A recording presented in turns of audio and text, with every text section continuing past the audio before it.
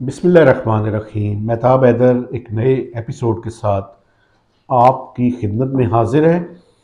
और माकूला एक बड़ा फिट आता है जो आज मैं आपके सामने वीलॉग करने लगा हूँ कि बिल्ली थैले से बाहर आ गई है। वो बातें जिनके बारे में हमें मुख्तलिफ हवालों से वाइब्स और इंफॉर्मेशन और बातचीत बैकग्राउंड में बताई जा रही थी, और उसके बारे में खुल के कोई बात करने के लिए तैयार नहीं था। जब गुफ्तगू होती भी थी तो ये कहा जाता था कि आप इसके बारे में किसी किस्म का कोई कोट, कोई हवाला नहीं देंगे, क्योंकि ये सारी की सारी चीज़ें पाकिस्तान की जो एटमी प्रोग्राम और पाकिस्तान के जो न्यूक्लियर एसिड्स हैं उनके बारे में है। देखें, beggars can not be choosers. हम कहते रहे हैं दबे लफ्ज़ों में कि एक सिचुएशन ऐसी आने वाली है कि जिसमें जहां पे दुनिया आपसे वो मुतालबात मनवाने की बात करेगी जिन पे पाकिस्तान के हुक्मरान और पाकिस्तान के अवाम किसी तरह की कोई बात नहीं सुनना चाहते। तो अल्टीमेटली वो स्टेज अब आन पहुंची है। और आज मिनिस्टर फॉर फाइनेंस इसहाक डार साहब ने जो सेनेट में स्पीच की है उसमें खुल्म खुल्ला जब आईएमएफ के हवाले से वो बात कर रहे थे तो उन्होंने दो बातें बड़ी सिग्निफिकेंट की। एक तो उन्होंने कहा कि हमारे जो दोस्त ममालिक हैं उनकी तरफ से जब तक एक्सटर्नल फाइनेंसिंग की जो कंफर्मेशन है वो नहीं होगी उस टाइम तक आईएमएफ का एग्रीमेंट नहीं होगा, स्टाफ लेवल एग्रीमेंट।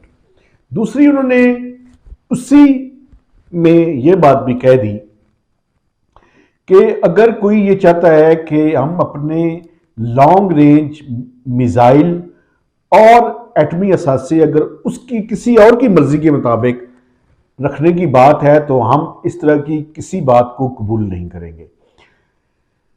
तो अब जो बिल्ली थैले से बाहर आने वाली बात है वो आपके सामने आ चुकी है। अब जो वाइब्स, मुख्तलिफ बैकग्राउंड में बातचीत और वो जो सारा कॉन्टेक्स्ट है उस पर बात करनी मैं समझता हूं अब जरूरी हो चुकी है, और अब इस पे खुल के बात होनी चाहिए। वो बात ये है कि आईएमएफ की तरफ से तो ये मुतालबा सामने नहीं रखा गया, लेकिन आईएमएफ का जो सबसे बड़ा स्टेक होल्डर है, जिसकी सबसे बड़ी शेयर होल्डिंग है, वो यूनाइटेड स्टेट्स ऑफ अमेरिका है। उनकी तरफ से और उनके जो वेस्टर्न एलाइज हैं जिसमें यूके है, जिसमें ईयू है, ये सारे ममालिक की तरफ से पाकिस्तान को एक मैसेज कन्वे किया जा रहा है। और वो मैसेज ये है कि पाकिस्तान को लॉन्ग रेंज मिसाइल्स रखने की क्या ज़रूरत है।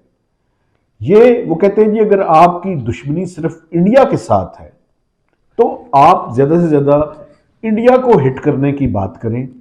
ये लॉन्ग रेंज मिसाइल्स की सलाहियत आप क्यों हासिल कर रहे हैं? वो खुल के तो नहीं बात करते और खुल के कोई नहीं कहता, लेकिन उनका इशारा खित्ते से बाहर जो गल्फ के अंदर होने वाली मामलात हैं और ख़ासकर इजराइल के हवाले से जो बात है उसके कॉन्टेक्स्ट में ये बात की जा रही है। इस पे तो कोई बात नहीं कर रहा, लेकिन वो ये कहते हैं कि कोई भी ऐसे मिसाइल्स जिनकी रेंज इंडिया से आगे की हो पाकिस्तान की जरूरत नहीं है।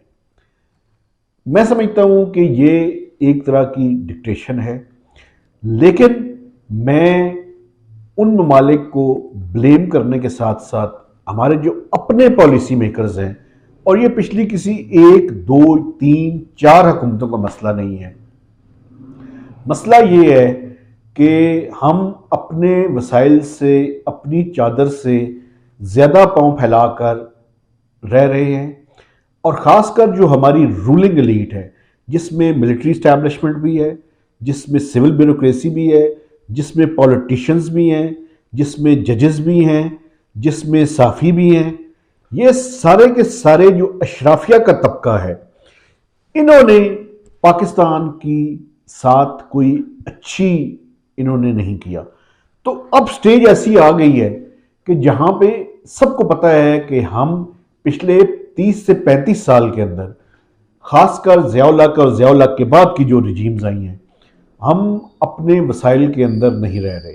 हम कर्जों के ऊपर जिंदा रहने की कोशिश कर रहे हैं और अब वो स्टेज आ चुकी है कि जहां पे वो अपनी डिक्टेशन के तहत, अपनी मर्जी की चीज़ों के तहत हमसे कुछ काम करवाना चाहते हैं। मैं समझता हूं कि अब वक्त आ चुका है कि पाकिस्तान का जो रूलिंग एलीट है, पाकिस्तान की जो अशराफिया है, पाकिस्तान के वो लोग हैं जिन्होंने सबसे ज़्यादा इंजॉय किया है इस मुल्क के अंदर, अब वो कुर्बानी दें। पाकिस्तान के गरीबों से किसी भी तरह की कोई कुर्बानी एक्सपेक्ट करना, मैं समझता हूं कि उनके साथ और इस बात को सामने रखना भी मैं समझता हूं ज्यादती है। पहले ही आईएमएफ की जिन शराइत पे हमने अमल किया है, हम जितनी दिल है बातें करते रहे कि हमने गरीब को बचाने की कोशिश की है, उसका अल्टीमेट विक्टिम गरीब और मिडिल क्लास है, लोअर मिडिल क्लास है।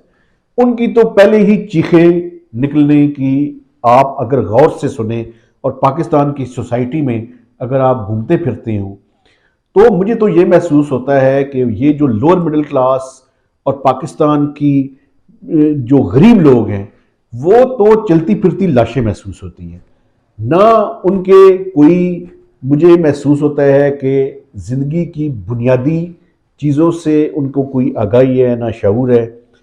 वो तो अपने बच्चों की एक गैर मेयारी तालीम को भी अफोर्ड करने के काबिल नहीं रहे।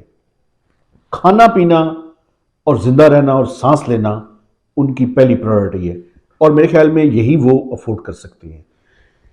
तो एक ऐसे वक्त में अब सबकी सब नजरें लगी हुई हैं हमारे उन दोस्त इस्लामी ममालिक की तरफ कि वो आएं और पाकिस्तान को रेस्क्यू करें। उनमें सऊदी अरब सबसे पहले है, उसके बाद यूएई है, उसके बाद कतर है।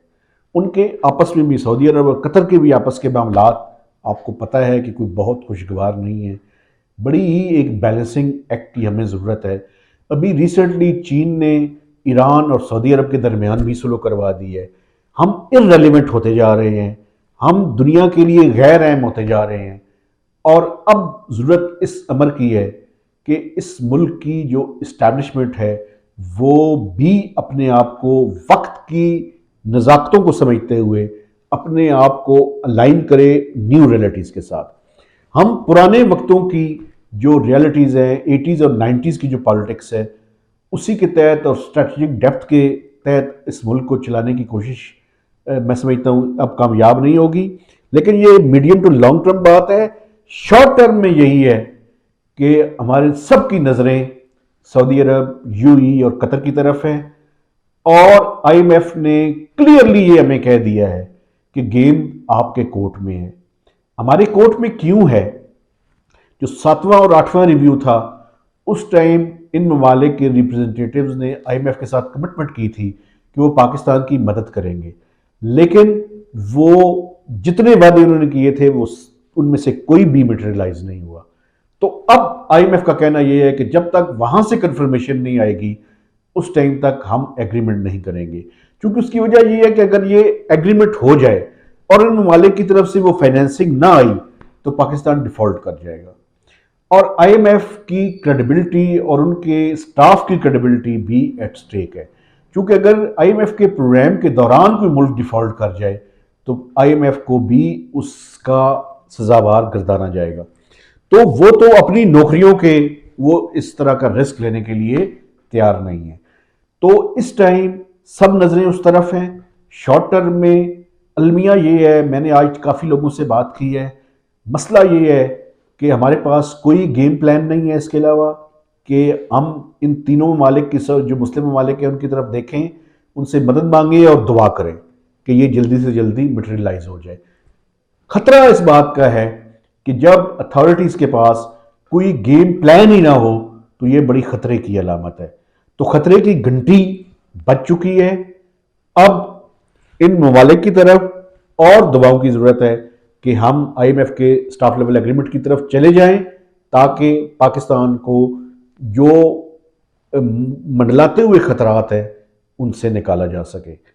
तो इस डिप्रेसिंग वीलॉग के साथ महताब हैदर को इजाज़त दीजिए। खुदा हाफिज़।